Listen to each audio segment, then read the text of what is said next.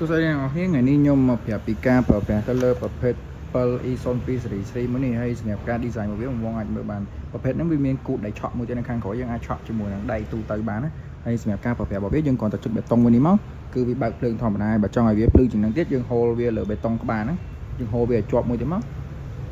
វាឡើងម្ដងមកកម្រិតម្ដងមកកម្រិតអញ្ចឹងហើយបើចង់ប្រើមុខងារ scroll របស់វាយើងចុចវាឲ្យលឿន10 click វាដូចជា3ដងទៅវាចេញ scroll បែបហ្នឹងហើយមួយទៀតវាក៏មានមុខងារ Moonlight បងចុចវាលើក្បាលនេះចុចជាប់បែបហ្នឹងឃើញភ្លើងរបស់វាគាត់ថាប្រភេទហ្នឹងជា Moonlight អញ្ចឹងបងហូលវាមកវាចាប់ដើមឡើងមកកម្រិតទៀតហើយបងហូលវាម្ដងបន្តិចវាឡើងមកកម្រិតអានេះមុខងារ Moonlight នៅក្នុងប្រភេទ7ហ្នឹងហ្មងហើយសម្រាប់ការសាកថ្មទៅលើប្រភេទ E02 មួយនេះដែរវាសាកជាប្រភេទថ្ម Type C ដែលវាជាប់មកស្រាប់ហ្មងដោះគោតវាមកនេះសម្រាប់ក្បាលដែលត្រូវសាកថ្មរបស់វាគឺប្រភេទ Type C បែបនេះយើងសាកជាមួយនឹងខ្សែ adapter ខ្សែ